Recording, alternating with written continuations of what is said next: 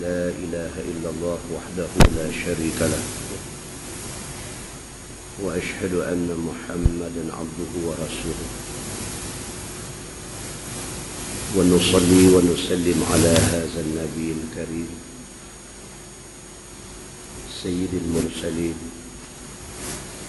وعلى آله وصحبه أجمعين. أما بعد،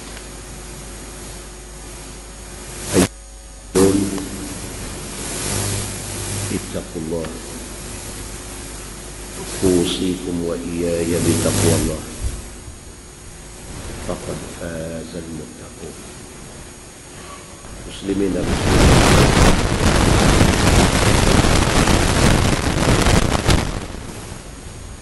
di dalam sebuah hadis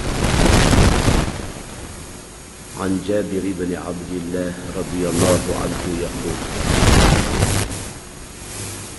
لقيني رسول الله صلى الله عليه وسلم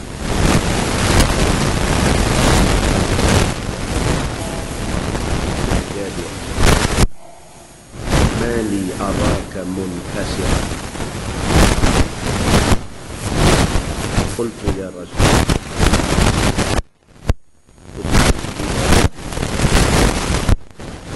قتل يوم أحد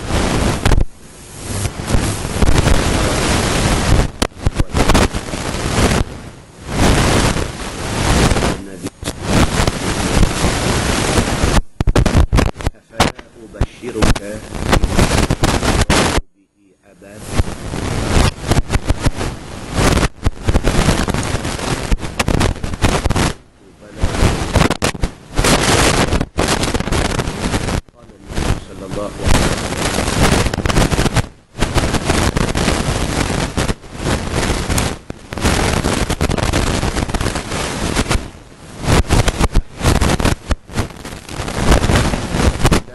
كفاح تعالى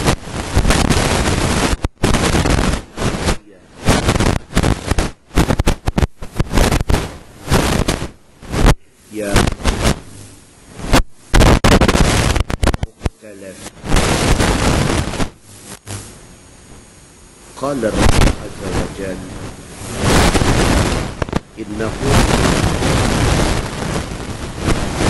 أنهم إليها لا يرجعون.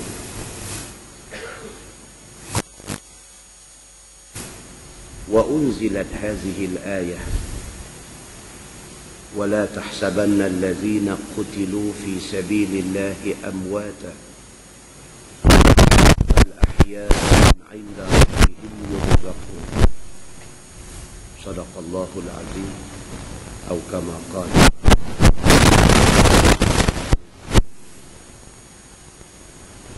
Pada Jabir bin Abdullah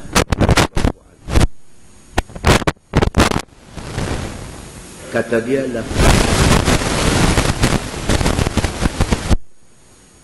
satu hari Nabi sallallahu alaihi wasallam jumpa dan Jabir bapak dia di antara orang yang awal-awal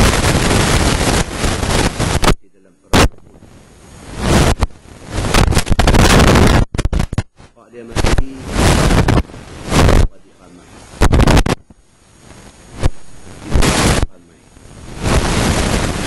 dan pak dia mati tinggal hutang. Dia laki-laki besar dalam keluarga.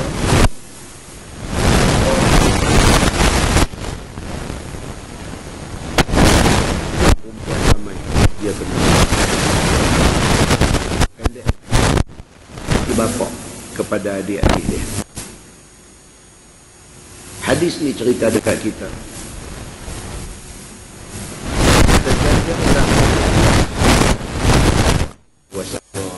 Satu hari Nabi sallallahu alaihi wasallam jumpa aku.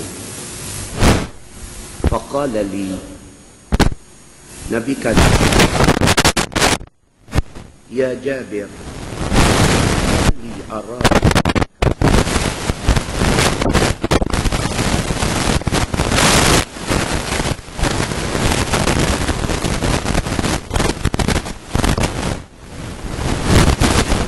mana sahabat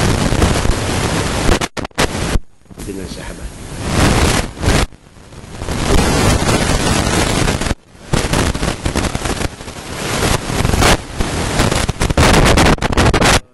Hadis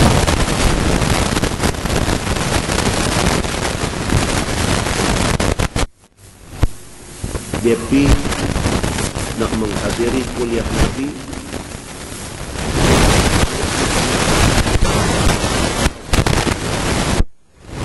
Sensitif.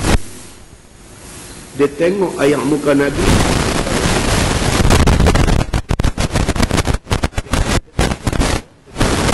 Anas bin Malik, Ummu Sulaim, bini dia tanya pasal, dia kata,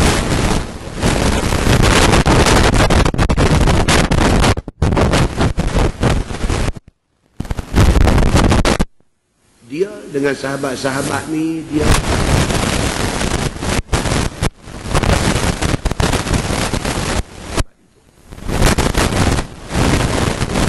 aku tengah duduk dalam masjid, Nabi SAW mai kata, ya Jabir, mali araka munkasiran, wahai aku tengok sedih. Qultu ya Rasulullah, ustushhida abi qutila yawma Uhud wa taraka ayyan.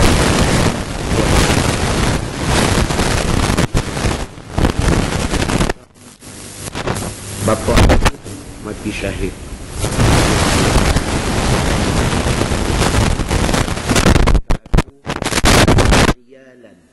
Tanggungan.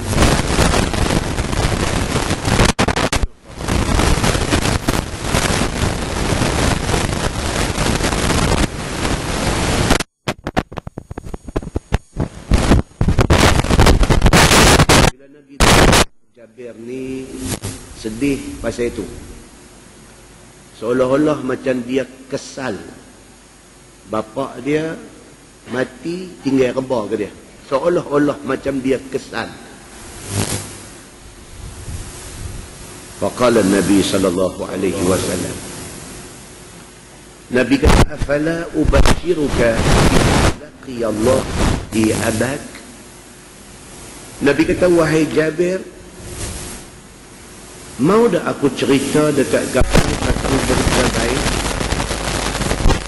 berita tentang Allah jumpa bapa kamu. Anglah ni macam tak puas hati dengan bapa ang. Anglah ni macam ada sikit kesal dengan bapa ang pasal dia mati tinggal reba dekat hang. Nabi kata, mau dah aku nak bagi tahu dekat hang tentang bapa hang ni. Bapa hang yang syahid di dalam perang Uhud ni. Mau dah aku nak cerita dekat hang satu berita baik tentang bagaimana bapa hang ni buat ibu Subhanahu wa ta'ala.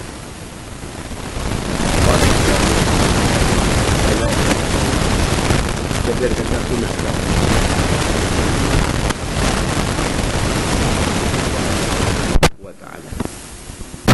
قال النبي صلى الله عليه وسلم ما كلم الله أحدا قط إلا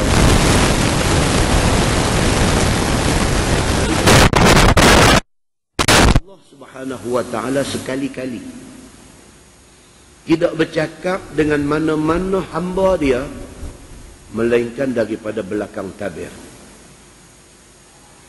Allah Subhanahu wa ta'ala sekali-kali tidak bercakap berdepan dengan hamba dia. Sebaliknya Allah Subhanahu wa ta'ala dia bercakap dengan hamba dia illa min wara'i hijab, melainkan di sebalik hijab. Wa ahya abana. Nabi kata, tapi bapa hang Allah Subhanahu wa ta'ala hidupkan dia, fakallamahu kifahan. Allah bercakap dengan bapa hang berdepan. Di bapa hang yang duk kesal dekat dia, bapa hang yang duk rasa macam tak puas hati dekat dia, bapa hang yang duk ingat macam-macam dekat dia ni, hang tahu tak bapa hang ni siapa? bapa hang adalah satu orang manusia yang dipilih Allah Subhanahu wa taala, yang Allah bercakap dengan dia kifahan, al-keadaan berdepan, tidak ada tidak.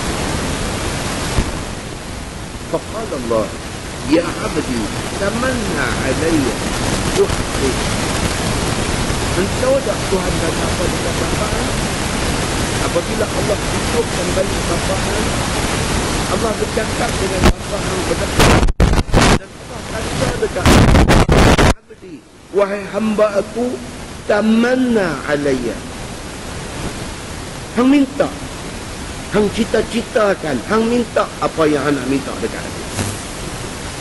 Tuan, senang kan nak dapat peluang. Allah Subhanahu wa taala kata dekat hamba pilihan ini, Allah kata hang minta, nak minta apa? U'tik, aku pasti akan bagi dekat kamu. Ini bapa hang. Bapa hang yang hang ingat macam-macam kat dia tadi ni. Bapa hang yang hang sedih pasal dia mati tinggal rebah dekat hang ni. Bapa hang ni adalah satu hamba pilihan di sisi Allah Subhanahu wa taala. Qala, hang tahu dah bapa hang jawab apa dekat Tuhan? Nabi tanya kepada Jabir, hang tahu tak bapa hang bila Allah bagi dekat dia peluang macam tu, Allah kata hang minta apa hang nak minta, aku nak bagilah ni. Hang tahu tak bapa hang jawab apa dekat Tuhan? Qala, ya Rabbi tuhini fa uqtala fika thaniyatan. Bapa hang kata, wahai Tuhanku, bagi aku hidup balik, aku nak mati syahid lagi sekali. Hang betul pasal apa? Pasal dapat bapa macam ni. Hang tak patut rasa sedih, hang tak patut rasa macam-macam dekat bapa hang. Pasal bapa hang ni orang yang macam ni. Dia berhutang bukan untuk bermewah-mewah, dia berhutang untuk nak belah hampa. Dia berhutang bukan kerana perangai dia suka berhutang, tapi dia berhutang kerana terpaksa. Bapa mati syahid, dia Allah nak hidup, nak mati balik, dan mati hidup. Allah Azza wa Jalla, firman Allah Subhanahu wa taala, innahu qad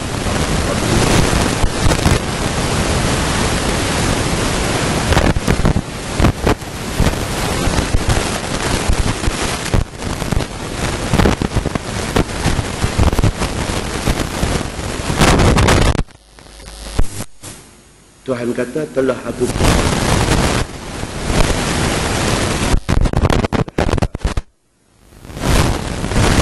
annahum ilaiha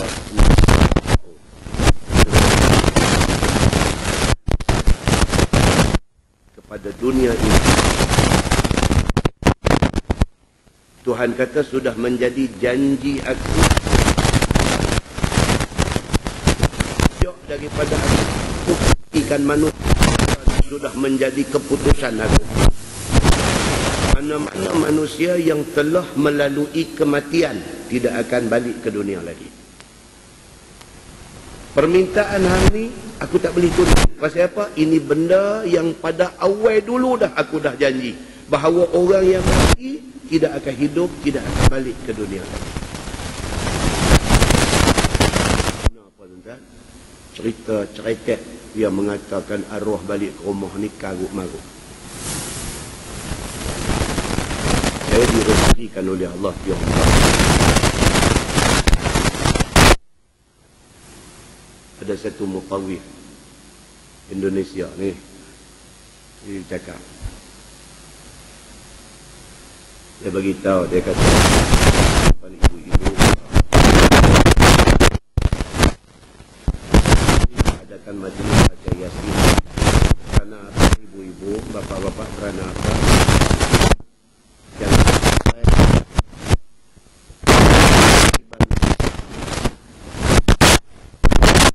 arwah balik ke rumah dan arwah tanya,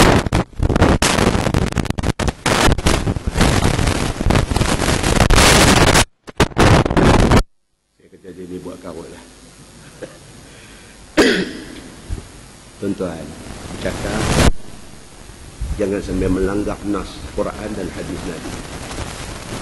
Walau tujuan kita baik, tujuan kita nak suruh orang rajin baca Yasin, jangan berbohong. Karena Nabi kata falyattabi'u, bohong atas nama Nabi.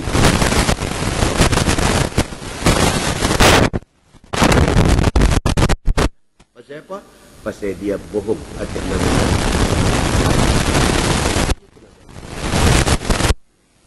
Hadis-hadis yang sahih banyak dah ada. Terang dah ada. Duk bagi tahu tentang benda. Satu manusia, satu hamba Allah yang istimewa, yang di antara sahabat yang menjadi korban awal, syahid awal di dalam perang Uhud, yang Allah hidupkan dia mengikut hadis Nabi SAW yang kita baca ini. Dan Allah kata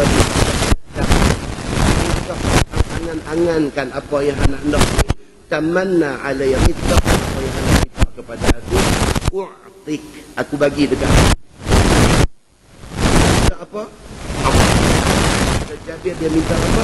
Dia minta akan balik untuk nak pergi perang lagi. Permintaan dia tu permintaan yang cukup mulia di sisi Allah Subhanahu wa taala. Tuhan kata apa? Innahu qad sabaqani. Dia aku sejak dulu-dulu lagi. Innahum ilaiha la yurja'un. Depa hak mati tidak akan balik lagi ke dunia ini.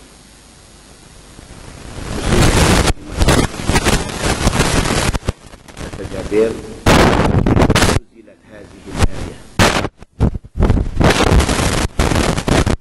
Firman Allah, "Wa la tahsabanna alladhina qutilu fi sabilillah bal ahya 'inda rabbihim yurzaqun." Allahul Azim, Ali Imran ayat 109. Allah berfirman, jangan kamu yang mati jalan Allah itu mati.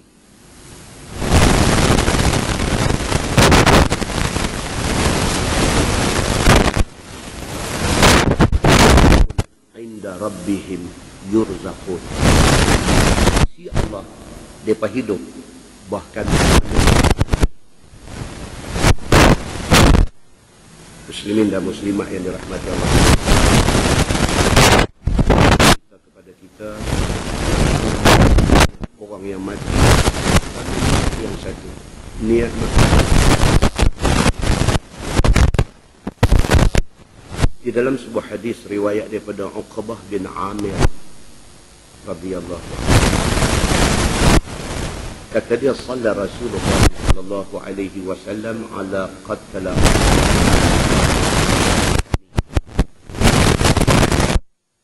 kal muwaddi' lil ahya'i wal amwat."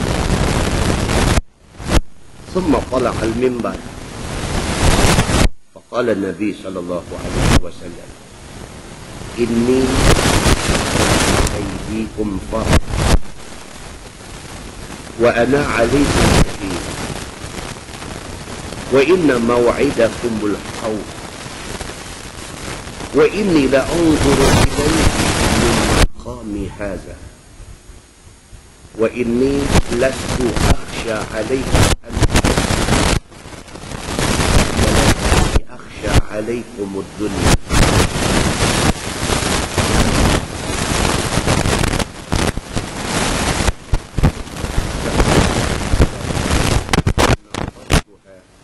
إلى رسول الله صلى الله عليه وسلم كما قال. hadis sahih riwayat Al-Bukhari daripada Uqbah bin Amir radhiyallahu anhu. Dia kata Nabi sallallahu alaihi wasallam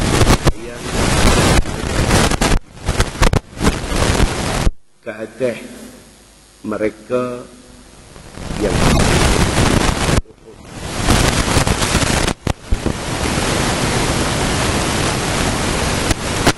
dalam perang Uhud dikebumikan.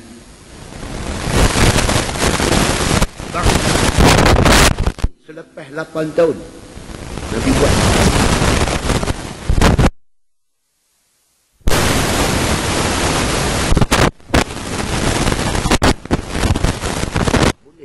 kita buat sembahyang.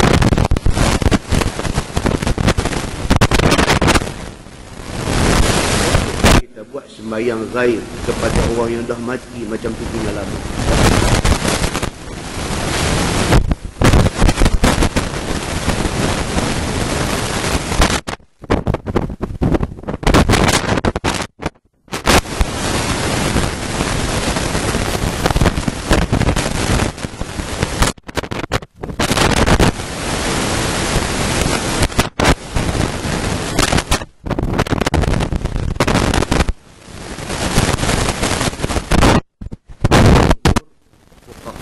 Boleh. Berapa lama?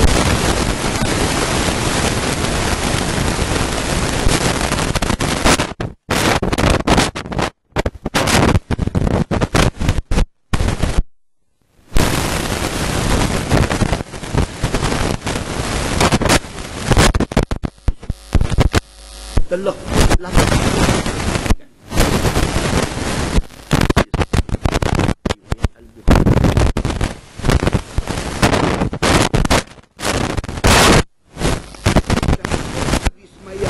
Kepada syuhada Uhud, hadis ni kata kal muwaddi' lil ahli wal amwat.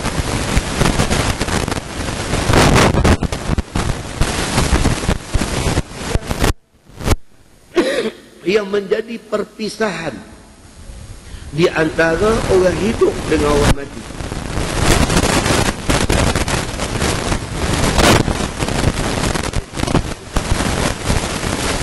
Yang perpisahan 8 tahun dah, bukan baru.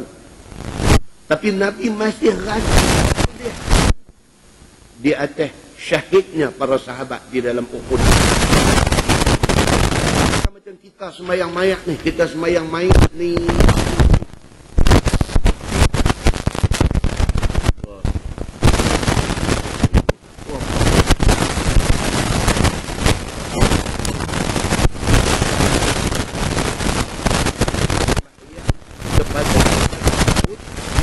Tahun dikebumikan. Kata Uqbah, kal muwadda', suasana keadaan Nabi sembahyang itu macam mana sembahyang perpisahan lil ahya'i wal amwat, orang hidup dengan orang mati. Maknanya terkesan di hati Nabi sembahyang tu.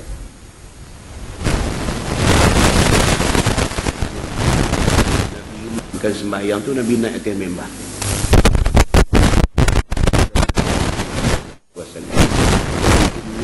Baina.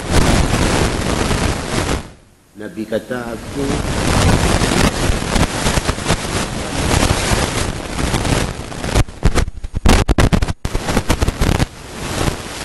tak lama dah duduk ada depan hangpa ni.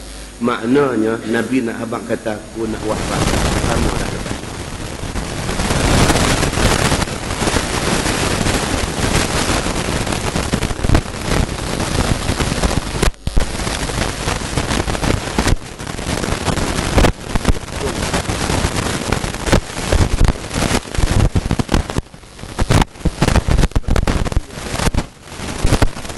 Pengorbanan mereka yang menjadi witness, yang menjadi saksi kepada semua tu selain daripada Allah adalah Nabi sallallahu alaihi wasallam.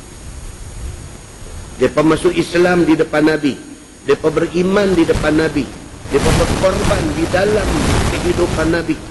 Dan Nabi kata apa? Wa ana syahid, aku jadi saksi. Tinggal harta benda, aku jadi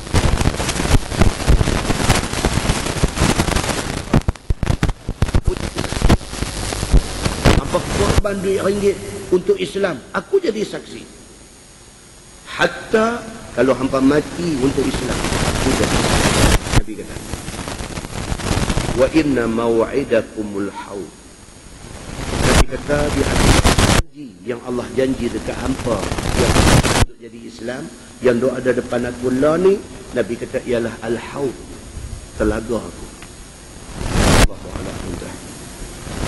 Kata telaga Nabi yang kata al-kautsar. Allahu a'lam. Tapi Nabi semua betul. Nabi kata hampa jadi orang Islam, hampa jadi orang yang beriman, hampa habis duit ringgit, hatta nyawa hampa habiskan untuk Islam. Janji Allah kepada hampa ialah Al-Haud, ialah telaga aku. Tentulah dia satu benda yang boleh dinilai dengan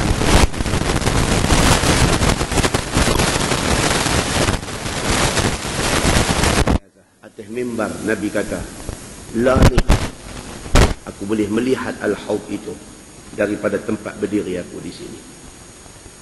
Allah angkat hijab, Nabi nampak yang kata telaga dia tu macam mana. Kita kalau buka buku nasihat agama dan wasiat iman, ada orang duk baca masjid-masjid.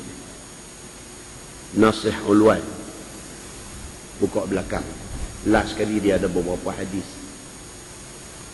Salah satu hadis tu dia cerita apa? Dia cerita ada orang di hari akhirat esok nak mendekati telaga Nabi, tiba-tiba dihalau oleh malaikat. Wal'iyazubillah. Ini takut. Ada orang Islam mati Islam, tahu di sana sewaktu semua dekat telaga Nabi, dia kena halal. Pasal apa? Allah, dia ada masalah. Jangan kita cari masalah. Pasal apa? Pasal takut kita kena halau daripada mendekati Al-Haud ataupun telaga Nabi sallallahu alaihi wasallam. Nabi kata daripada atas mimbar ini aku boleh nampak Al-Haud, aku boleh nampak telaga aku ni. Wa inni lastu akhsha alaikum an tusyriku. Nabi kata aku nak mati dah. Sepeninggalan aku esok ni, tak dok aku esok ni, aku tak takut hampa jadi murtad, hampa jadi kafir, hampa syirik dengan Allah. Aku tak takut. Nabi kata. Pasal apa? Pasal Nabi yakin sahabat. Walakinni akhsha alaikumud dunya. Cuma hak aku takut, Nabi kata, hampa jadi gelut dengan dunia. Itu aku takut. Islam tak tinggal. Tapi Islam ni jadi nombor 2, jadi nombor 3, jadi nombor 4. Islam tak duduk nombor 1. Dunia duduk nombor 1. Hak ni aku takut. Aku takut benda ni. Sepeninggalan aku, tak doknya aku esok ni, ilmu hampa apa hampa buh ke tepi. Dunia hampa cari. Nabi kata aku takut benda ni bila tak dok aku esok ni. Antanafasuha, hampa akan berebut-rebut untuk nak ambil dunia. Qala Uqbah, kata Uqbah bin Amir, rawi hadis ini, dia kata fakanat akhir nazratin nazartuha ila Rasulillah sallallahu alaihi wasallam. Dia kata itulah last, itulah penghabis aku tengok Nabi sallallahu alaihi wasallam khutbah di atas mimbar. Nabi sakit lepas itu dan Nabi tidak berkhutbah lagi. Sahabat Nabi ridwanullah alaihim ajma'in, depa macam ni tuan-tuan. Depa dengan Nabi ni tak tahu nak habaq. Dekatnya depa dengan Nabi ni kita tak boleh nak gambar dengan perkataan pada hari ini.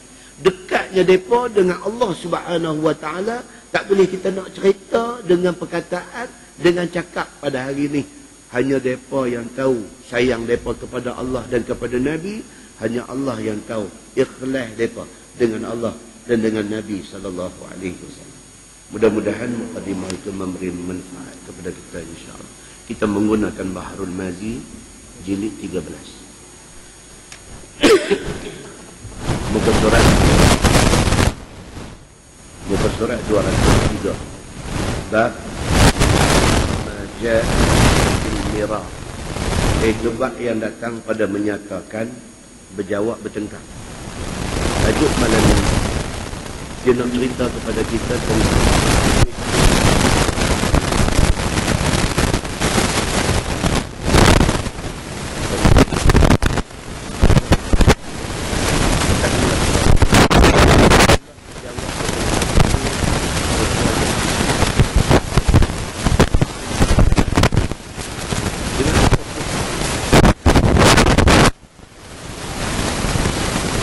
balik rumah bini untuk dapat boleh jadi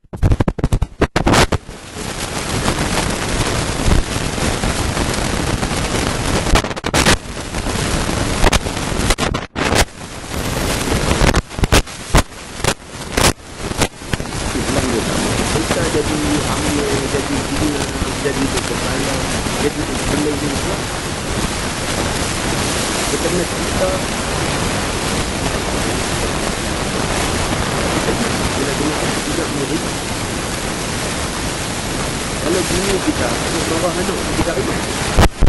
Bukan anak kena marah, tapi kalau lebih marah kita rima.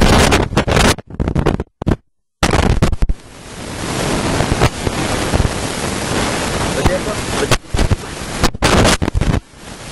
Rima itu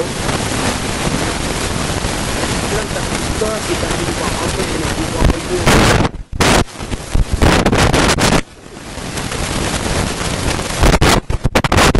Akan dia oleh syarak kita. Ni cerita tu bertengkar, hang kata aku kata. Syarak tegah. Bermula dalil akan tegah itu adalah hadis yang dikeluarkan oleh Imam At-Tirmizi. An Anas bin Malik radhiyallahu anhu qala qala Rasulullah sallallahu alaihi wasallam man taraka al-kadhib wa huwa batil bunya lahu fi arbadil jannah. Diriwayatkan daripada satu sahabat Nabi sallallahu alaihi wasallam, nama dia Anas bin Malik radhiyallahu anhu. Kata dia, sabda Nabi sallallahu alaihi wasallam, barang siapa meninggalkan bohong di dalam berjawab bertengkar dengan orang, padahal ia tahu akan dirinya tak betul apa yang dikeluarkannya, lalu berhenti dia, nescaya dibangunkan Allah baginya satu mahligai di tepi syurga. Bertengkar, dia salah, memang tahu dia salah, tapi duk bertengkar juga. Dalam bahasa Melayu dia kata apa? Nak betul benang basah. Dia tahu memang dia salah, tapi bertengkar ni macam dia tu betul. Okay? Islam tak suka. Hang dah memang salah, mengaku hang punya salah. Itu yang paling baik. Kalau sekiranya dia memang salah dan orang jadi bertengkar dengan dia kerana dia salah, dia mengambil sikap tak mau bertengkar, dan dalam masa yang sama dia tahu dia salah, Allah bina kepada dia satu istana di tepi syurga. Tu orang salah. Orang salah dia tak betul benang basah. Allah bina dekat dia satu istana di pinggir syurga. Baik. Masalah jawab bertengkar itu bagaimana rupanya? Kata Imam Ghazali, dan melawan atas kalam orang lain dengan menzahirkan cacat dia, maka itu dinamakan mirah. Yang kata bertengkar ni apa dia? Kita pergi cari salah orang, kita pergi bertengkar dengan orang tu. Itu mirah, itu yang salah. Yakni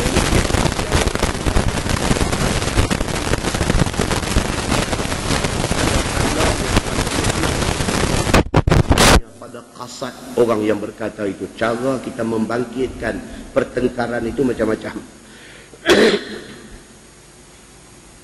Kadang-kadang kita bangkitkan dengan cakap, tapi tegur dia, dia pertahan apa yang dia buat, kita lawan balik, itu jadi bertengkar. Bertengkar dengan menggunakan lafaz. Ada macam-macam cara dia akan hurai lagi. Maka membangkang pada cakap itu, iaitu mencacat cakapnya pada nahwunya, atau pada bahasanya, atau pada aturannya, huruf dan sebagainya. Ada orang dia macam ni, dia jenis suka komplain.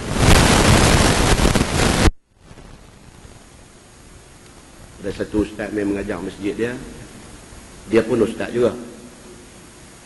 Dia cari satu benda. Esok dia pergi sembang di kedai kopi. Malam ustaz mana apa panggil main mengajar? Ustaz Samsuri kan baca hadis pun baru tak dia tak lagu tu. Tabiat dia lagu tu. Mana ustaz mana pun ada baca takbir.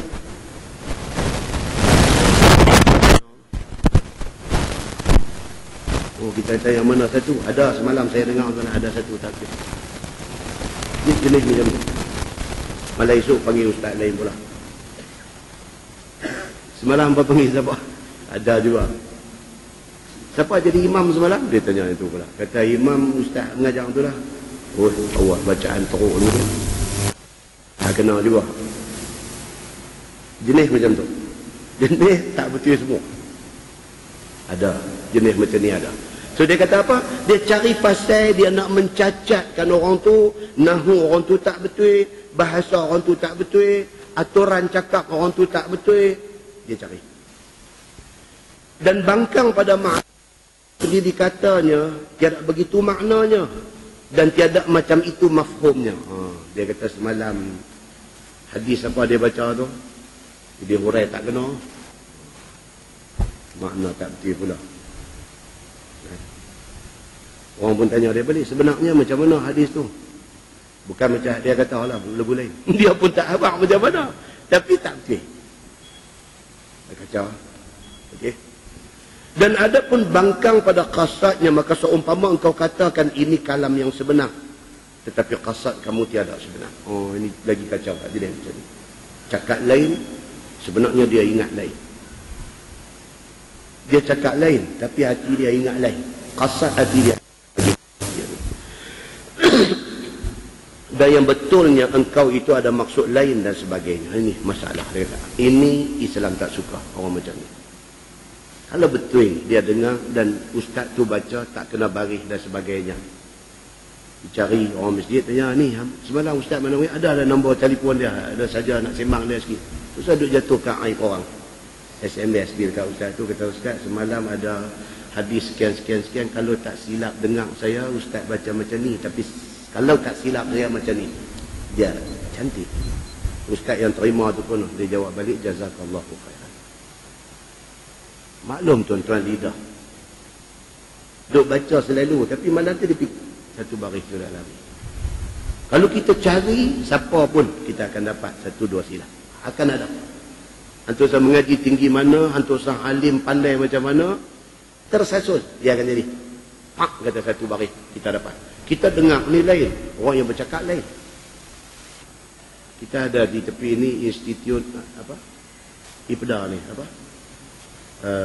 Darul Aman, apa dia panggil? Institut Perguruan Darul Aman, kan? Institusi yang train guru. Senang tuan-tuan. Ni hak mengaji itu semua nak keluar jadi guru. Mana orang yang train lepas tu dia kena maha guru. Pasal dia nak mengajak budak-budak nak keluar mengajak ni. Dia nak kena mengajak. Dia mengajak apa? Ni metodologi. Metod mengajak. Nak mengajak cara mengajak. Tapi di kalangan budak-budak ni kata, nak mengajak cara mengajak bukan mikir dong. Tapi jadi lagu tu pula. Pasal apa? Pasal manusia. Semua kata manusia. Ada cacat celah dia. Tapi kita boleh pergi tengok budak tu mengajar di sekolah, kita boleh bagi markah dekat dia. Bila habis panggil pergi kantin, boleh bagi tahu dekat dia. Tadi you masa intro tadi you tak kena, you patut buat macam ni. Tadi cara you soal pelajar tak kena, patut you kena soal macam ni. Budak tu pun dengar, ya, tapi dalam hati dia kata apa? Mengajar teruk juga. Satu kelas semua duk condemn. Allahu Akbar. Pasal apa tuan-tuan? Pasal manusia. Nama kata manusia, kita ada baik tang ni, kita ada cacat celah tang ni. Kita ada bagus tang ni, kita ada kurang tang ni. Normal. So, kalau semua orang kerja nak cari salah orang, lingkup dunia ni. Pasal apa? Pasal tidak ada manusia yang tak salah. Cara bagi kenal. Nah, muslimin dan muslimat yang dirahmati Allah sekalian. Baik. Sabda Nabi sallallahu alaihi wasallam lagi. Wa man taraka al-mira wa huwa muhiq bunya lahu fi wasatiha. Dan barang siapa meninggalkan berjawab bertengkar padahal ia tahu akan dirinya dan di dalam tangan yang sebenar. Ini lagi bagus. Jadi bertengkar antara dia dengan seorang lagi, walhal dia betul, kawan tu salah. Dia memang betul. Tapi dia tak mau bertengkar. Yang ni bagus. Hakih yang pertama tadi, dia elak daripada bertengkar, tapi dia tahu dia salah. Itu pun bagus. Dapat istana tepi syurga. Ni hak kedua ni apa dia? Dia elak daripada bertengkar dengan kawan tu. Walhal dia tahu kawan tu salah. Dia betul, tapi dia tak mau bertengkar. Dia nak mengelak daripada berlaku ketegangan. Nescaya dibangunkan Allah baginya istana di tengah syurga. Kawan tadi dapat tepi, dia dapat tengah syurga. Masalah, dia kata berjawab bertengkar itu bagaimana meninggalkan akan dia. Nak elak daripada bertengkar ni macam mana? Kata Imam Ghazali di dalam Ihya, dan meninggalkan berjawab bertengkar itu ialah meninggalkan engkar dan bangkang apa yang didengar itu. Cara nak elak dia apa dia? Terus duduk peduli.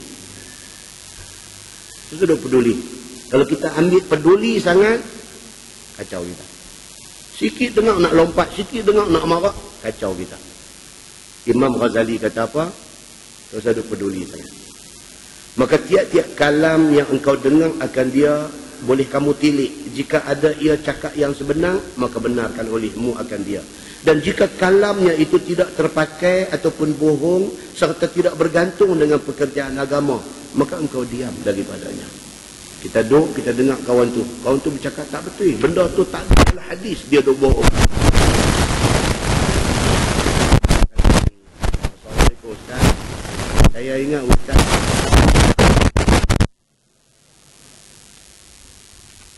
pasal apa yang Nabi tegur macam tu? No, dia pasal dia pegang hadis man ra'a minkum munkaran falyughayyirhu biyadihi. Dia baca hadis tu aja, dia tak baca hadis ni. Hadis tu kata barang siapa tengok benda mungkar, ubah dengan tangan. Kalau tak boleh dengan tangan, ubah dengan mulut. Dia pun kata tengok duk angkat tangan belakang. Ustaz ni pun kata ya ada apa? Assalamualaikum warahmatullahi wabarakatuh. Dia buat begitu. Semua orang pakat tengok dia, tak tengok ustaz lah. Alhamdulillahirabbil alamin wassalatu wassalamu. Dia satu ceramah lain buat di sana, semua orang pakat tengok kat dia. Terlebih dahulu saya merafakkan apa-apa semua panjang-panjang. Ustaz pemohong, dia kata tu. Ustaz yang kena jengkai ni di depan ni, dia pun dia kata pasal apa pula saya tak betul. Dia main begitu. Sana jawab, sini jawab, sana jawab, sini jawab. Aisyah ke mana, apa ke mana, pakat balik menurut begitu aja. Kata malam ni jahanam majlis kita. Islam tak mau macam ni. Walaupun ustaz tu pergi bawa mai cerita kata arwah balik mai ke rumah. Arwah balik mai ke rumah, mai duk ketuk pintu rumah, mai duk tanya anak cucu dalam rumah ni, hampa tak buatkah Yasin, tak buatkah tahlil untuk aku? Benda tu terang bercanggah daripada hadis Nabi. Jangan duk jengkai dia macam dia cakap tu, bagi dia habis cakap.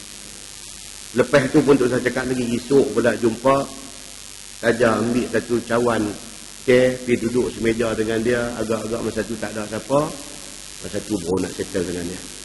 Dia kata semalam ada satu hadis apa yang ustaz baca, yang kata arwah balik mai ke rumah duk ketuk pintu tu. Saya tertarik dengan hadis tu, boleh bagi kat saya ke? Tanya begitu. Kita dengan dia, jangan-jangan bagi ada orang lain. Lepas tu kata balik dekat dia, kata tapi yang hadis satu lagi, kita baca hadis satu lagi. Yang kata orang mati ni sudah menjadi janji Allah, dia tidak akan balik ke dunia. Baca balik dekat dia. Yang tu macam mana pula tak nampak bercanggah kat hadis ni. Katanya dia begitu. Bila tengok, oh itu kali, kalau betul mungkin saya silap. Oh dah, kita kata mungkin saya pun silap. Tak apa balik cek tengok apa-apa beritahu saya balik. Dia tak akan ulang lah benda tu dekat orang lain. Cara, itu kata cara. Teknik tu jangan aibkan dia, jangan jatuh ke ayak muka dia. Dan tajuk malam ni apa dia? Jangan hidup bertengkang dengan dia di depan orang. Allah tak suka benda tu. Muslimin dan muslimat yang dirahmati Allah sekalian. Sabda Nabi SAW lagi, wa man hasuna khuluquh bunya fi a'lahu. Dan siapa yang elok perangainya, yang cukup lemah lembut di depan dan lemak manis cakapnya, nescaya dibangunkan baginya istana di dalam syurga pada tempat yang paling tingginya.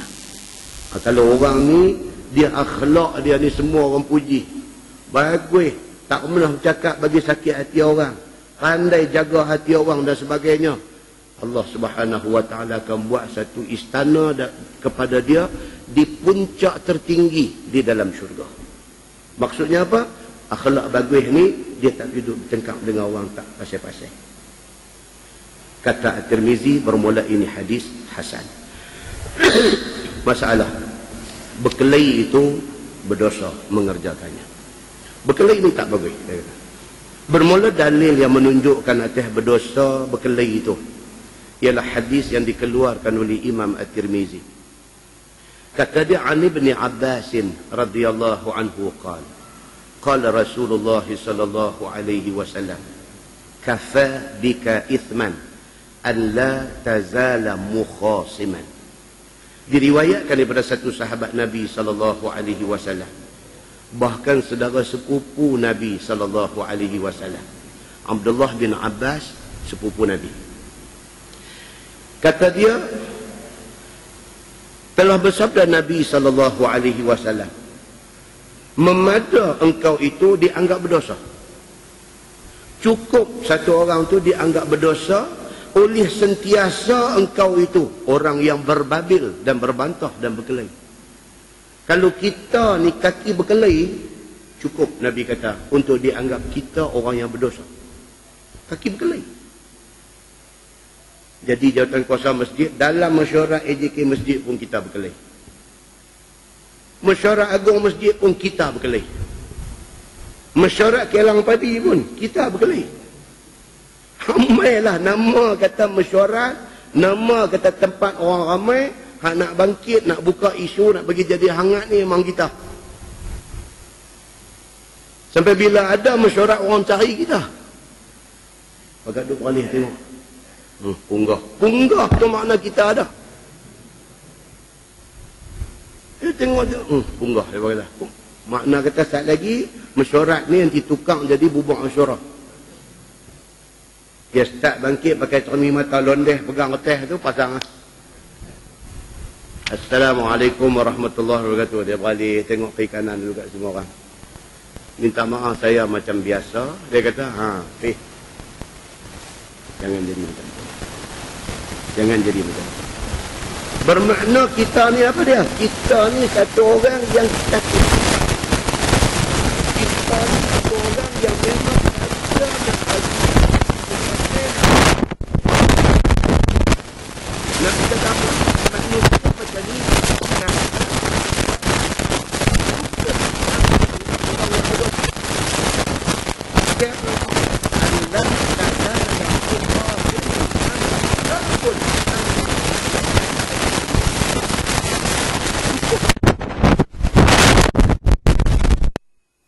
Kita tak perlu orang macam ni dalam masyarakat kita ramai-ramai. Orang yang mengkritik itu perlu.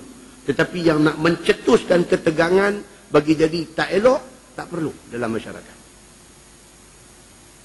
Muslimin dan muslimat yang dirahmati Allah sekalian. Kata Tirmizi, ini hadis gharib dan tiada kami ketahui lain daripada ini wajah. Masalah berkelahi dan berkerah kepala itu satu kerja yang dikeji syarak. Kata Imam Al-Ghazali, berkelahi dan berbabil-babilan itu ialah mengeluarkan cakap kerah kepala. Kerah kepala ni maksud apa tuan? Maksudnya dia seorang betul.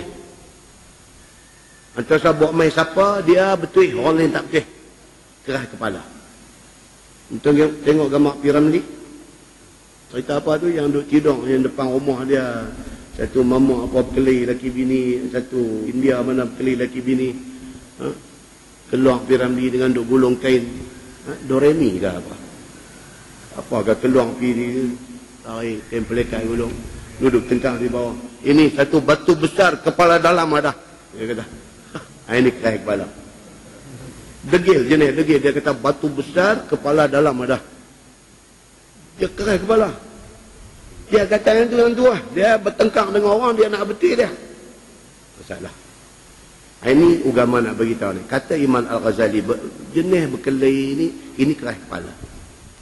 Bagi mendapatkan akal harta atau apa juga yang dimaksudkannya. Dia apa yang dia nak, dia mesti dapat. Dia akan bertengkar dengan siapa saja. Maka yang demikian itu, terkadang ada ia yang mulai. Dan terkadang ada ia bangkang dan juga lempang cakap orang. Kadang-kadang dia yang start bagi jadi huru-hara ni. Kadang-kadang orang cakap, dia bangkit, dia bangkang apa yang orang cakap. Yang pentingnya dia nak bangkit, dia nak pergi jadi kacau. Dia tengok semua orang tak bercakap, dia bangkit bercakap. Dia tengok ada orang lain bercakap, dia bangkit bangkang. Jenis dia macam tu. Prinsip dia adalah hidup dia apa dia? Bangkang. Itu prinsip dia. Kalau semua orang kata putih, dia bangkit kata hitam. Kalau semua orang kata hitam, dia bangkit kata putih. Dia punya prinsip hidup dia apa? Aku bila pun aku nanti bangkang orang. Macam ni agama tak mau orang macam ni. Kita bercakap kerana nak cari kebenaran, bukan kerana nak bagi jadi tegang masyarakat. Begitu. Masalah berkelahi dan berbabil kerana menuntut hak. Apa macam hukumnya?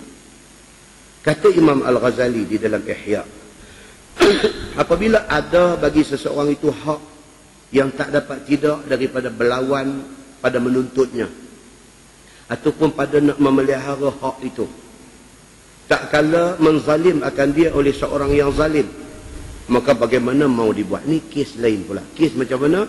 Orang buat zalim dia duduk di pihak orang yang teraniaya. Boleh tak boleh dia bangkit kerana nak memperjuangkan hak dia. Yang kalau sekiranya dia diam, dia sengam, orang yang zalim ni bermaharajalela.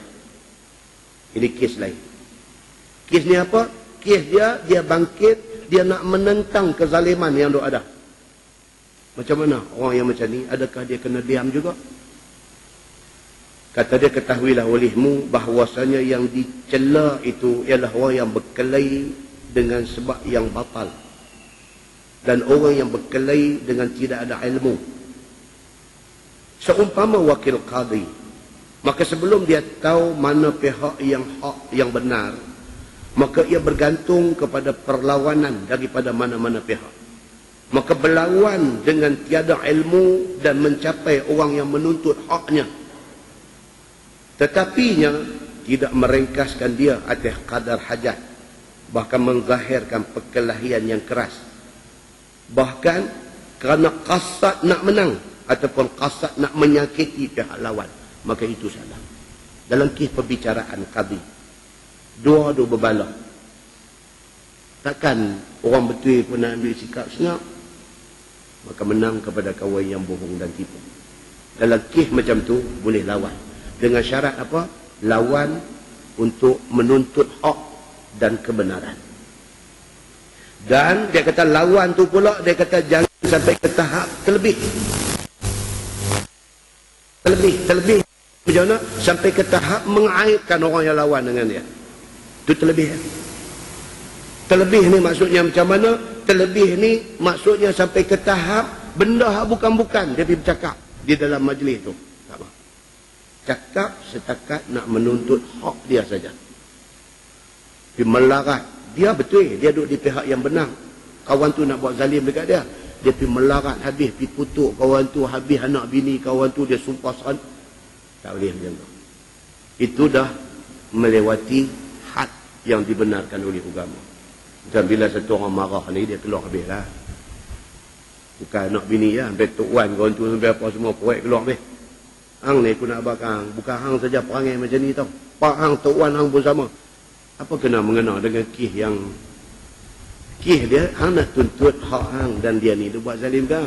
Yang pi rawit pak dia tuan dia pasal apa? Itu tak ada kena mengena. Lepas tu pun dah mati dah pi dah. Habis dah. Jangan melewati had yang dibenarkan. Dia dibenarkan mempertahankan diri dan menuntut hak, tapi jangan melewati batas. Tuan tengok yang kata agama ni, dia draw satu margin, satu garisan, apa-apa pun jangan terkeluar daripada garisan ini. Itu agama.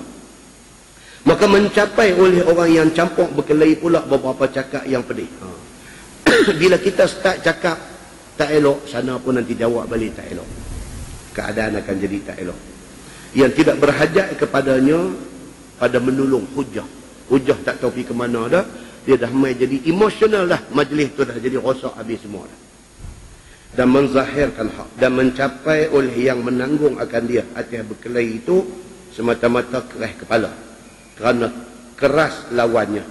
Dan pada setengah-setengah orang berterang-terang ia lalu berkata kasatkan kerana nak melawan dan nak bangkang, tidak kerana hendak memberi sekehendaknya. Maka perkelahiannya begini, dikeji sangat-sangat. Bila dia melampau dalam berhujah, dalam bergaduh ni, itulah yang agama tak bagi. Okey, tuan-tuan tengok muka sebelah, tengok bawah tu, di uraian tu. Baik, dia kata masalah berkelahi dan bergurau main cakap dengan saudara itu ditegah oleh syarak. Bermula yang menunjukkan atas tegah itu ialah sebagai hadis yang dikeluarkan oleh Imam At-Tirmizi. An Ibn Abbas an Nabi sallallahu alaihi wasallam qala la tumarri akhaka wa la tamazihhu. Diriwayatkan daripada satu sahabat Nabi sallallahu alaihi wasallam, nama dia Abdullah bin Abbas radhiyallahu anhuma, daripada Nabi sallallahu alaihi wasallam bersabda, jangan kau bertengkar dan berbantah dengan saudaramu, dan jangan kamu bergurau-gurau main cakap dengan dia. Dengan adik-beradik lebih lagi tu sama tengkar. Dia kecil hati dia lebih daripada kawan. Kawan kita boleh melawak lebih kurang kawan, tapi kalau dengan adik-beradik kita melawak lebih sikit, sensitif dia lebih. So dia kata Nabi SAW pesan dengan adik-beradik lebih lagi, jangan melawak sampai terlebih-lebih. Takut saat lagi dia sumbin hati, silaturahim nanti terputus. Begitu. Sambung hadis tu, wala ta'idhu mau'idatan fatukhlifa. Dan janganlah engkau janji kepada saudaramu, adik-beradik kamu dengan satu janji, kemudian menyalahi engkau akan janji itu. Dengan adik-beradik lebih lagi. Dengan orang lain pun tak boleh. Dengan adik-beradik lebih lagi. Jangan janji tiba-tiba tak tunai janji. Kita ada kak seorang di Kuala Lumpur, kita nak pergi Kuala Lumpur, kita telefon dia, kita kata, kak, ni nak pergi makan tengah hari umang. Dia besar hati kak ni. Boleh nak main pukul apa?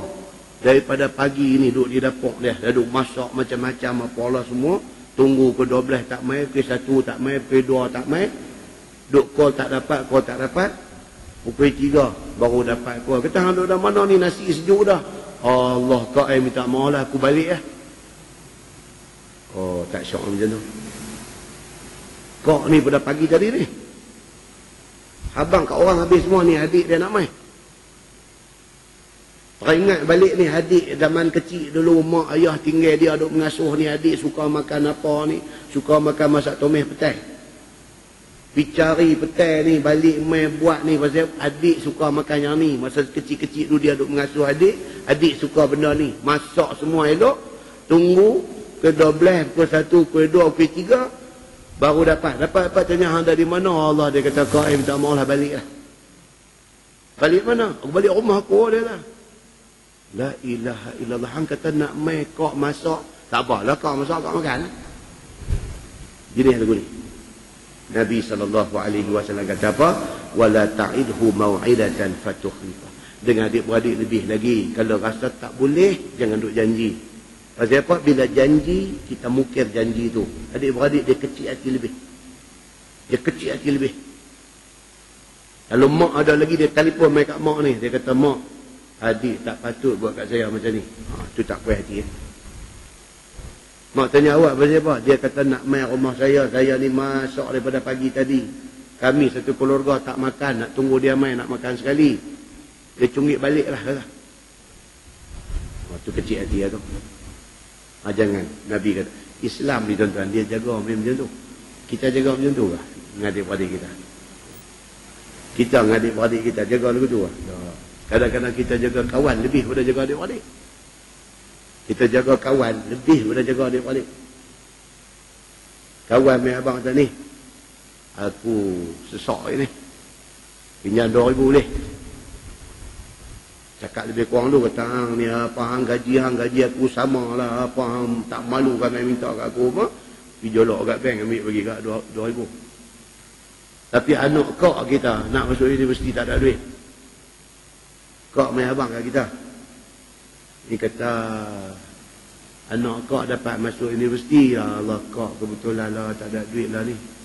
Dan berbuat cakap benda lain, puji-puji apa semua, mungkin kak kawan telefon nak kena tolong Ustaz. Ustaz kita keluar tu, tak boleh tolong kak dia. Kawan dia mulut dia apa pun dia bagi, tapi kak dia tak bagi. Ada orang macam ni. Sedangkan Islam dia kata apa? Tengok adik-adik dulu. Nah, muslimin dan muslimat yang dirahmati Allah sekalian. Kemudian dia kata berjawab bertengkang itu jangan dibuat sebagaimana kata Imam Al-Ghazali di dalam Ihya. Telah berkata Az-Zubair bin Al-Awwam kepada anaknya, jangan kamu berjawab bertengkang dengan orang-orang pada Quran, maka bahawasanya tiada terkuasa kamu melawan akan mereka itu. Pesan Zubair bin Awwam ni siapa tuan-tuan? Zubair bin Awwam. Siapa dia ni? Berah Nabi. Dia kahwin dengan siapa? Dia kahwin dengan Kak Aisyah yang bernama Asma binti Abi Bakr. Nabi menikah dengan Aisyah, dia menikah dengan Asma. Asma tu Kak, Aisyah tu adik. Zubair menikah dengan Asma, dapat anak nama Abdullah bin Az-Zubair, yang kemudiannya diambil oleh Nabi jadi anak angkat Nabi. Rapat ni, rapat. Zubair bin Awam ni dengan Nabi rapat. Bukan sahaja dia ni sahabat Nabi, bahkan dia berah Nabi. Bahkan anak dia jadi anak angkat Nabi. Muslimin dan muslimat yang dirahmati Allah sekalian. Apa pesan Zubair kepada anak dia? Janganlah kamu berjawab bertengkang dengan orang-orang pada Quran. Zubair pesan. Kalau takut dengan Quran. Pasal apa? Pasal Quran ini dia bertaraf qat'i. Quran ini dia bertaraf qat'i. Hadis. Hadis dia ada sahih, dia ada hadis hasan, dia ada hadis dhaif, dia ada pula yang bukan hadis, orang kata hadis, dia panggil maudhu'. Jadi bila orang buat main dekat kita satu hadis, kita boleh kalau nak berbahas, boleh pada kadar dia. Boleh. Dia buat main baca satu hadis, kita boleh tanya balik hadis ni sahih ke tak? Kita boleh.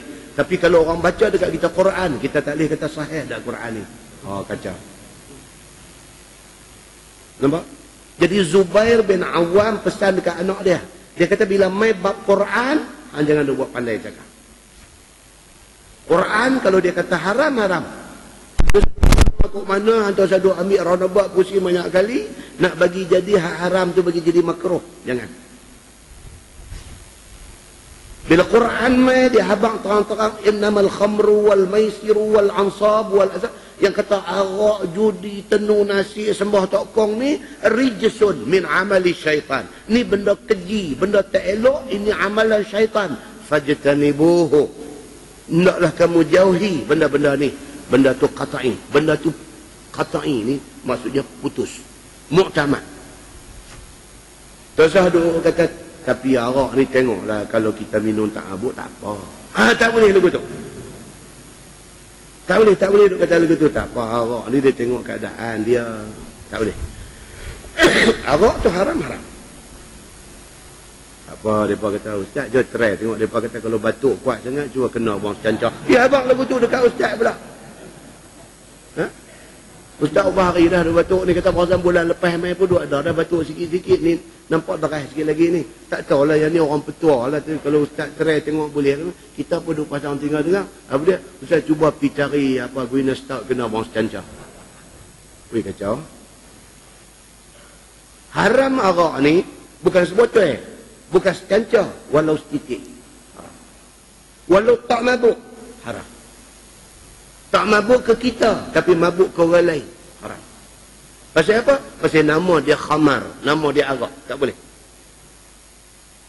Muslimin dan muslimat yang dirahmati Allah sekalian, kata Az-Zubair bin Al-Awwam pada anak dia, bab Quran jangan duk bertengkar. Dia kata.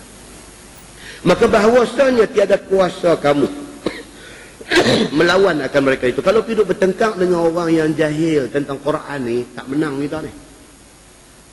Tak menang kita ni. Pasal apa? Dia pusing lalai kita pening. Jangan. Dan boleh kamu lawan berjawab, bertengkar tentang hadis Nabi. Zubair bin Awam kata ke anak dia, tapi kalau bab hadis boleh lagi. Bukan kata boleh tolak hadis dah. Boleh lagi. Maksudnya apa? Tanya, hadis ni sahih ke tak? Pasal apa? Pasal hak duk bergerak dalam masyarakat hari ini yang maudhu', yang palsu pun bukan sikit. Dalam kitab, tapi palsu. Tapi penulis, pengarang kitab tu pergi bubuh benda tu, dia kata hadis. Kita duk baca kitab tu. Itu sebab lah ni universiti ada ni, mereka ada budak-budak yang mengaji di universiti ni, mereka nak buat thesis untuk bachelor ke, untuk master's degree ke, untuk PhD ke, mereka boleh ambil tajuk-tajuk ni. Dia takhrij hadis yang ada di dalam sesuatu kitab. Contohnya dia ambil apa, satu kitab nama Muhimmah fi ilmi al-hadis misalnya. Saya baca kitab ni di Kelang Lama Kulim dulu. Muhimmah fi ilmi al-hadis. Satu kitab yang cukup menarik orang dengar. Pasal dia cerita pasal rumah tangga, cerita pasal kehidupan seharian, orang seronok dengar. Ada universiti bagikan tugasan tu kepada student dia, baca balik kitab Muhimmah fi ilmi al-hadis ni daripada kulit depan sampai kulit belakang. Mana-mana benda yang ditulis oleh pengarang kitab tu sebagai hadis, trace balik punca dia. Hadis tu hadis apa? Trace balik punca dia.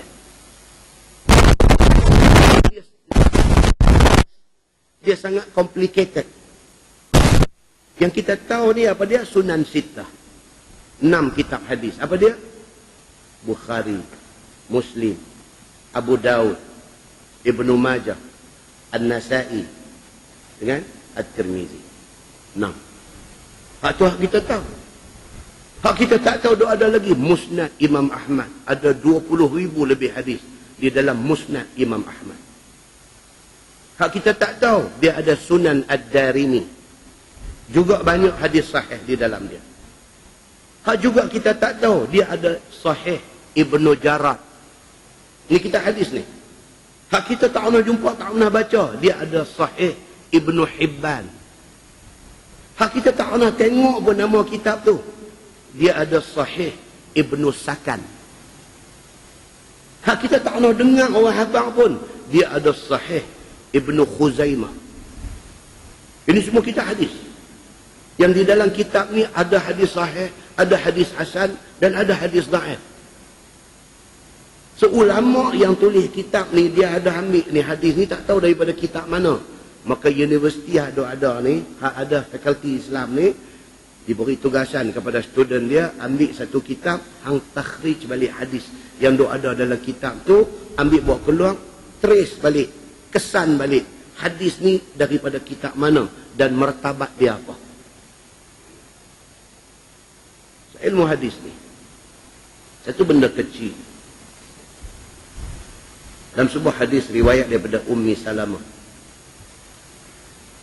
kata dia, ra'a Nabi sallallahu alaihi wasallam ghulaman lana yuqalu lahu Aflah, idza sajada nafakha. Faqala Nabi sallallahu alaihi wasallam, ya Aflah, tarrik wajhik. Atau kama qala, hadis riwayat Imam At-Tirmizi. Itu hadis saya pernah baca di satu masjid. Ummu Salamah radhiyallahu anha, dia kata satu hari Nabi tengok satu ghulam, satu budak, yuqalu lahu Aflah. Budak ni orang duk panggil dia nama Aflah. Nabi tengok dia, iza sajada nafakha. Budak ni bila semayang, bila nak sujud dia embuih. Dia duduk embuih tempat dia nak sujud tu. Nabi duduk tengok benda ni. Tiap-tiap kali dia ni bila semayang, bila nak sujud, dia embuih. Kan? Nabi duduk tengok benda ni. Faqala Nabi sallallahu alaihi wasallam, ya Aflah, tarib wajhik. Nabi tahu dia duduk embuih tu pasal apa. Nabi tahu. Zaman tu mana ada macam kita kapet lagu ni. Zaman tu mana ada tiles lantai masjid. Zaman tu tanah menjadi lantai masjid. So budak Aflah ni, dia kira tak mau dai dia ni lekat debu. Bila dia nak sujud dia muih. Dia nak bagi dai dia tu tak lekat debu. So, Nabi kata dekat dia, Nabi kata ya Aflah, tarib wajhik. Nabi kata wahai Aflah, debu tu biar pergi kat dia kalau dia nak dekat. Bahkan jangan kamu sapu debu tu daripada muka engkau. Dalam syarah hadis ni dia cerita apa? Dia kata Aflah ni bila habis semayang, bila tengah semayang dia duduk muih. Bila habis semayang, Assalamualaikum warahmatullahi, Assalamualaikum warahmatullahi, dia sapu debu dekat lidah dia. Kan? Nabi kata dekat dia, ya Aflah, wahai Aflah, tarib wajhik. Jangan handuk sapu debu daripada muka. Ya. Jadi kita duduk bagi salam, bila habis salam kita duduk sapu muka tu. Aflah ke kita ni atau apa tak tahu, kan? Aflah tu baklai pula, kan? Sapu muka ni. Benda tu kecil. Perbuatan tu dibuat lepas bagi salam. Semayang ni apa? Semayang ni bermula daripada takbiratul ihram dan berakhir dengan bagi salam. Maksudnya hak pertama tu, Assalamualaikum warahmatullahi, kita keluarlah daripada semayang. Nak sapu muka ke, nak sapu apa, sapulah. Ya. Cuma dalam masyarakat kita ni dah terbiasa.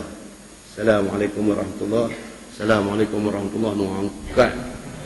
Start daripada belakang ni, tarik main sampai depan, sampai ni, sampai lorok janggut lah sekali. Gabui bila nak sapu muka ke, nak sapu kepala ke, nak buat apa. Cuma benda tu tidak sabit daripada nas yang qat'i, yang sahih. Okay.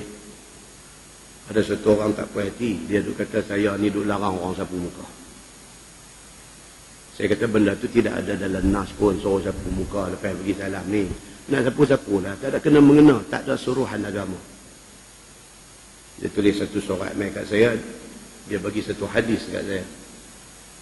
Hadis dia kata daripada Anas radhiyallahu anhu. Dia katakan Rasulullah sallallahu alaihi wasallam iza shalla masaha biyadihi al-yumna ala ra'si. Dia kata daripada Anas bin Malik, dia kata Nabi sallallahu alaihi wasallam iza shalla, apabila Nabi semayang, dalam huraian dia kata lepas semayang, bila Nabi habis semayang, masaha biyadihil yumna, Nabi sapu dengan tangan dia yang sebelah kanan, ala ra'si, di atas kepala dia. Dia kata ini dalil orang yang amalan dalam masyarakat Melayu kita, bila bagi salam dengan tangan kanan sapu muka. Dia kata ini yang kata Az-Zubair bin Al-Awwam kata tadi. Dalam bab hadis boleh, kalau kita nak tanya pergi balik boleh.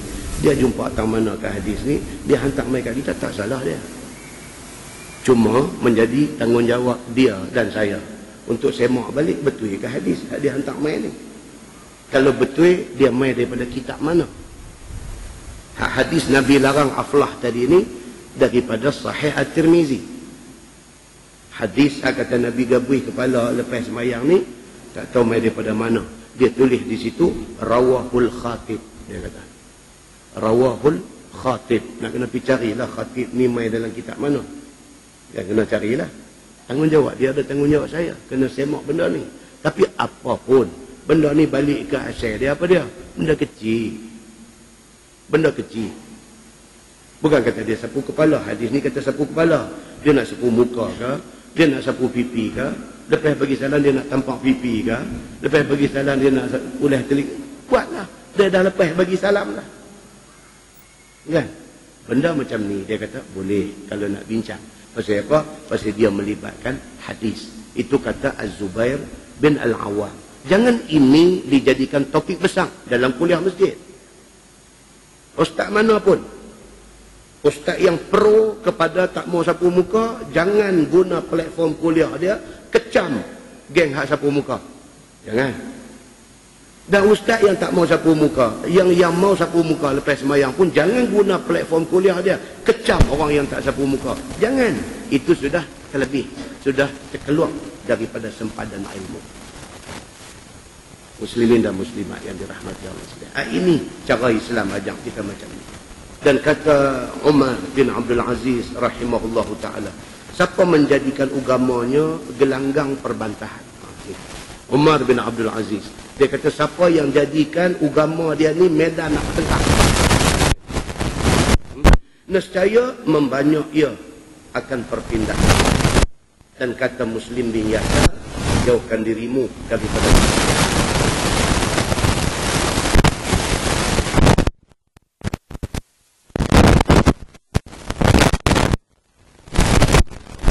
hak macam ni duk bawa dalam masyarakat.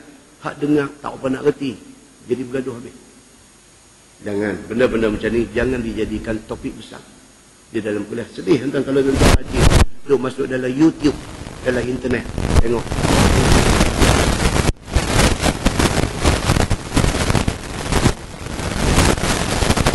orang Islam, anak-anak orang Islam di Kuala Lumpur pukul 1, pukul 2 pagi duk ketawa awak ni.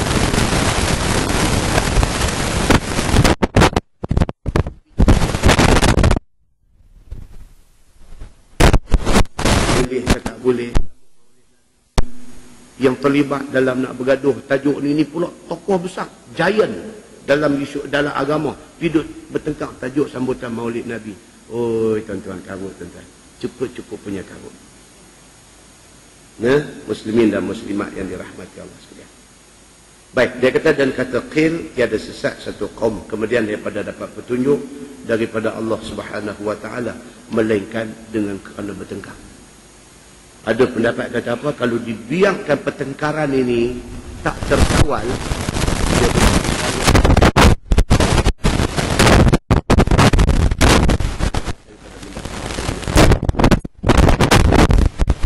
isu besar ditinggalkan, isu kecil yang menjadi isu yang dibincangkan di dalam masyarakat.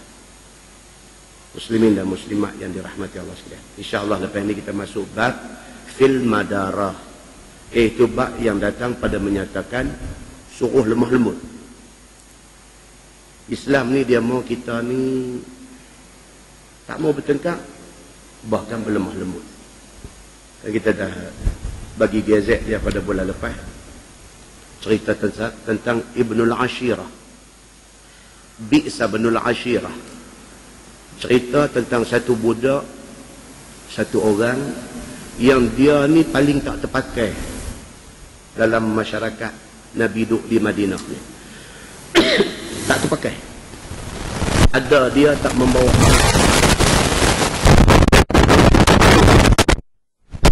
Dia ni satu hari dia main rumah Nabi. Bila dia main di rumah Nabi, dia duduk bagi salam. Dia orang Islam, dia duduk bagi salam. Nabi jenguk, tengok pun tingkah Allah. Nabi kata dia ni main.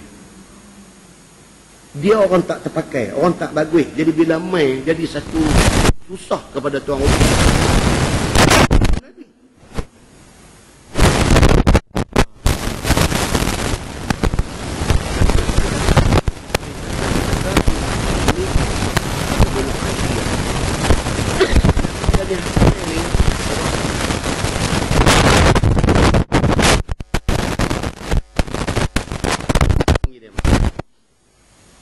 Ini nak habaq tajuk ni fil madarah.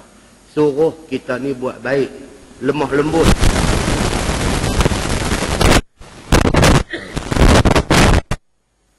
Bila dia masuk, Nabi layan dia ni terbaik. Nabi panggil duduk, Nabi tanya apa khabar, Nabi sembang dengan dia macam dia satu orang yang terbaik. Aisyah isteri Nabi bila tengok macam tu, dia pun jadi khusus. Dia pun jadi tadi kata dia ni tak terpakai, punya orang yang hidup layan dia patutnya kata tak terpakai ni, tak usah bagi masuk langsung, yang tu paling cantik. Kalau bagi masuk pun duduk 2 minit, sepak bengkok bagi keluar buang. Padan dengan bi'sa banul asyirah. Satu manusia yang tak terpakai. Orang jahat. Bila balik dia ni, Aisyah tak dandan tanya. Dia kata, ya Rasulullah, tadi kata dia ni tak terpakai. Habis yang dia masuk, yang duk layan dia, Nabi jawab dekat Aisyah. Jawapan tu minggu depan, bulan depan insyaAllah. Apa Nabi jawab dekat Aisyah ni atas perbuatan Nabi melayan dia dengan sebaik-baiknya? Apa jawapan Nabi kepada Aisyah? Dia nak tahu apa dia?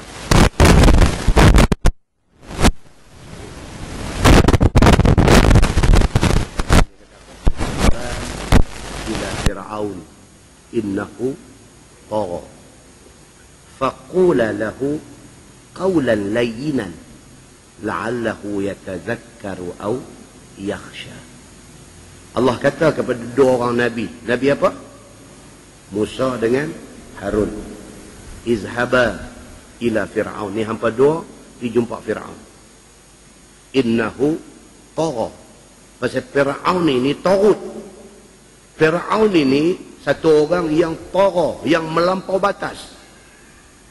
Melampaunya Fir'aun ni sampai tahap apa? Sampai tahap dia kata dia Tuhan. Habis.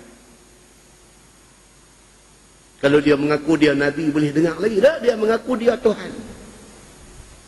Tapi Tuhan kata apa? Faqula lahu qawlan layyinan. Bila hampa pergi jumpa Fir'aun, cakap elok-elok.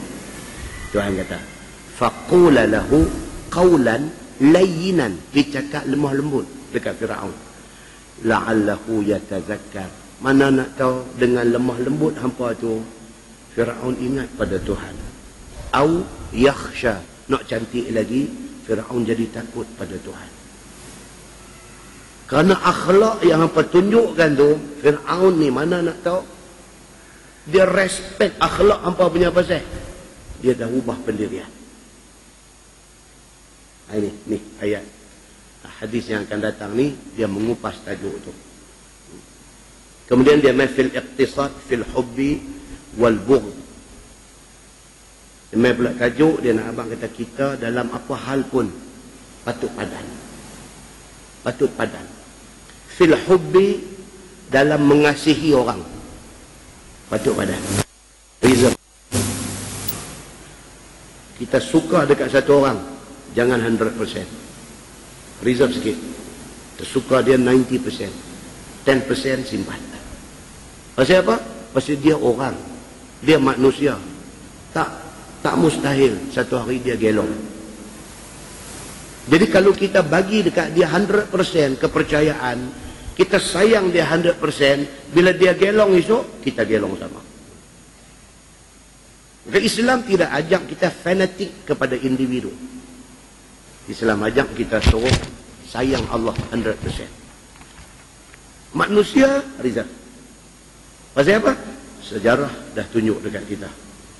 Berapa ramai orang yang pada satu ketika mendepani perjuangan, tiba-tiba tikam belakang. Kalau kita ta'asub kepada orang yang macam ni, sewaktu dia tergelincir, kita tergelincir sama.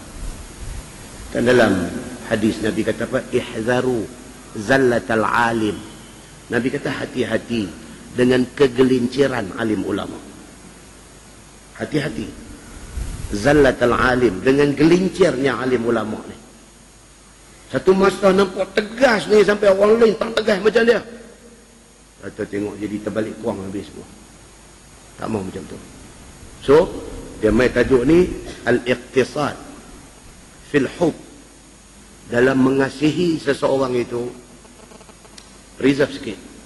Wal bughd, dalam membenci satu orang pun reserve sikit. Jangan benci dekat satu orang ni sampai gambar dia keluar dalam TV, pergi tendang televisyen. Jangan sampai lagu tu. Dia benci, dia bukan tak suka, dia benci. Keluar dia gambar tu, selak kain depan TV. Sampai cucu tengok, astagfirullah. Dia kata, awak Tok Wan jadi macam ni. Tok Wan hang tak mengaji Bahrul Mazi. Jadi kita ni Orang putih kata apa? Orang putih kata don't trust too much. Orang putih kata don't hope too much. Don't love too much. And don't hate too much. Because that too much can hurt you so much. Dia dia. Syok kadang-kadang orang putih ni dia mau duduk masuk juga dia syok dengar. Tambah kita duduk zaman apa English medium dulu kan. Kita MCE punya geng dulu. Oh, kita mengaji cara orang putih dulu kan. Bila dengar orang putih ni dia macam nak mocik elok, dia syok.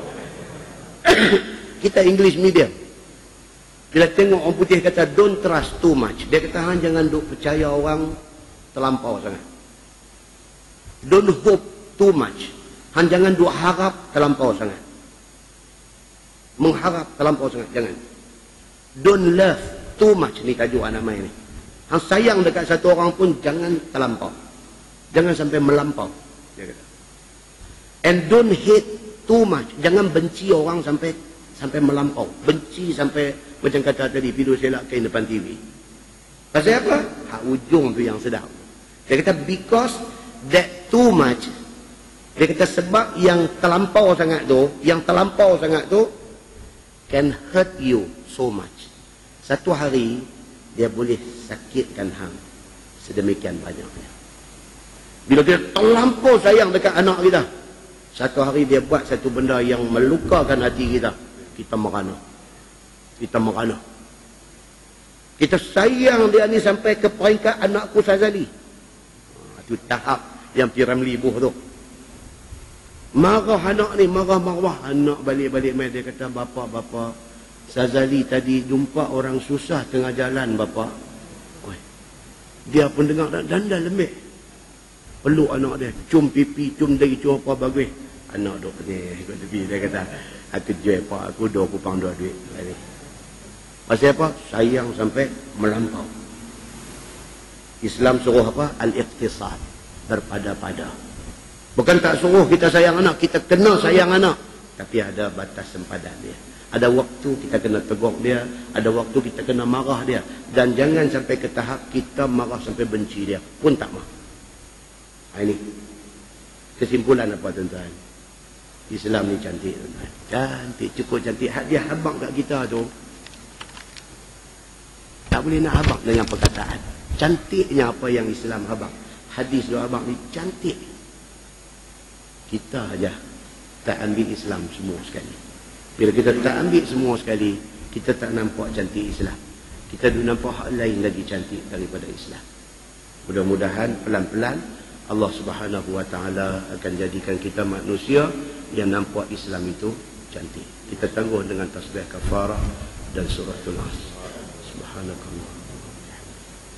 Asyhadu an la ilaha illallah. Bismillah.